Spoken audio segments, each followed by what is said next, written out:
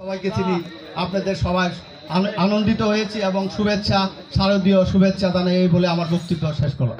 তাকে লাল মাটির রত্ন বলি, সে আমাদের আকরামুল হাসান মিন্টু।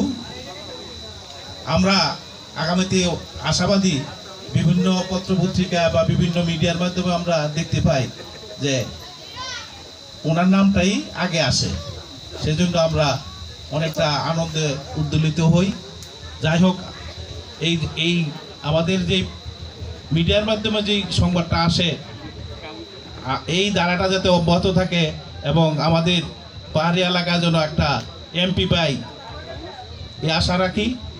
আর আমি একটু বলি, আমাদের কামরাও গ্রামে 3টা পূজা মণ্ডপ কন্টিনিউ হয়, কিন্তু এই মণ্ডপে কোনো মন্দির নাই। বাকি যেটা পালপাড়া এবং ঋষিপাড়া আছে, আমাদের সাবেক বিএনপির মহাসচিব, আমাদের শিবপুরের কৃতি সন্তান, আমাদের যার হাত ধরে আমরা এই রাজনীতি করতাম, উনি আমাদের জনগণের 12টা পূজা মণ্ডপ করে দিয়ে গেছিলেন, কিন্তু এই জায়গাটা বাদ ছিল। পালপাড়া এবং ঋষিপাড়া আছে। আমি আশা রাখি আকরামুল হাসান মিন্টু এমপি না হলেও কিন্তু বিএনপি তো আগামীতে ইনশাল্লাহ ক্ষমতা যাবেই, আমরা আশা রাখি। রায় শারদীয় দুর্গা উৎসব 2025-এর সভাপতি, উপস্থিত আপনাদের এই এলাকার সুখ দুঃখের সাথী, সাবেক ব্যাংকার জনাব মোহাম্মদ আবুল কাশেম সহ হারুন স্যার, নাজিমুদ্দিন, বাতেন ভাই সহ এই জয়নগর ইউনিয়নের বিভিন্ন পর্যায়ে নেতৃবৃন্দ এবং আপনাদের পার্শ্ববর্তী এলাকা যশোর ইউনিয়নের অনেক নেতৃবৃন্দ আপনাদের এই পূজার কার্যক্রমে আপনাদের সহযোগী হিসেবে এসেছেন, এবং দুর্গা দেবীর ভক্তবৃন্দ আপনারা যারা এখানে উপস্থিত আছেন, সকলকে আমার পক্ষ থেকে এবং আমাদের নেতা বিএনপির ভারপ্রাপ্ত চেয়ারম্যান জননেতা জনাব তারেক রহমানের পক্ষ থেকে জানাচ্ছি শারদীয় শুভেচ্ছা, অভিনন্দন।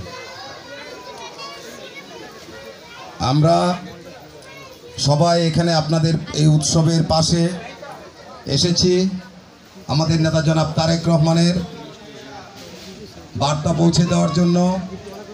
বাংলাদেশ জাতীয়তাবাদী দল বিএনপির ভারপ্রাপ্ত চেয়ারম্যান জনাব তারেক রহমান 2023 সালের 13ই জুলাই রাষ্ট্র মেরামতের 31 দফা ঘোষণা করেছেন।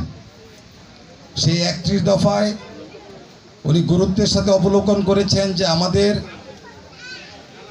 যে সনাতন ধর্মাবলম্বী ভাই বোনেরা আছেন, তাদেরকে একটি রাজনৈতিক দল সংখ্যালঘু উপাধি দিয়ে তাদের রাজনৈতিক ফায়দা হাসিলের চেষ্টা করে বহির্বিশ্বে, বিশেষ করে পার্শ্ববর্তী রাষ্ট্র ভারত যেহেতু হিন্দু অধ্যুষিত, তাদের সহযোগিতা নেওয়ার চেষ্টা করে। কিন্তু আমাদের নেতা জনাব তারেক রহমান বলেছেন যে এখানে হিন্দু, বৌদ্ধ, খ্রিস্টান, মুসলিম কেউ আলাদা কিছু না। আমরা যারা এই মাটিতে বসবাস করি, এই মাটির মালিকানা, এই দেশের মালিকানা আমাদের সকলের সমান, এবং এই দেশের রাষ্ট্রীয় সুযোগ সুবিধা, অধিকার, নিরাপত্তা পাওয়ার অধিকার, সম্পদের অধিকার, নিজের সম্ভ্রমের অধিকার, সম্ভ্রম রক্ষার অধিকার সকলের সমান। এই বার্তাটি আমাদের নেতা জনাব তারেক রহমান আপনাদের কাছে পৌঁছে দেওয়ার জন্য পাঠিয়েছেন, এবং পাশাপাশি আপনাদের যেই সর্ববৃহৎ উৎসব এই শারদীয় দুর্গোৎসব যাতে আপনারা নির্ভয়ে নির্বিঘ্নে আনন্দঘন এবং উৎসব মুখর পরিবেশে উদযাপন করতে পারেন, সেই জন্য আমরা যে আপনাদের পাশে আছি সেই অঙ্গীকার আপনাদের কাছে পৌঁছে দেওয়ার জন্য পাঠিয়েছেন। আমরা এসেছি, আমরা দেখছি যে আপনারা উৎসব মুখর পরিবেশে আপনাদের উৎসব পালন করছেন, এটা দেখে আমরা আনন্দিত, এবং আমরা অঙ্গীকার করছি আপনাদের এই উৎসবের মতো শুধু এই উৎসবের দিনগুলি নয়, সব সময়ই আপনাদের অধিকার রক্ষায়, আপনাদের নাগরিক অধিকার রক্ষায়, আপনাদের সম্পদ সম্ভ্রমের অধিকার রক্ষায় সব সময় আপনাদের পাশে থাকব। পাশাপাশি যে কথাটি এসেছে যে এখানে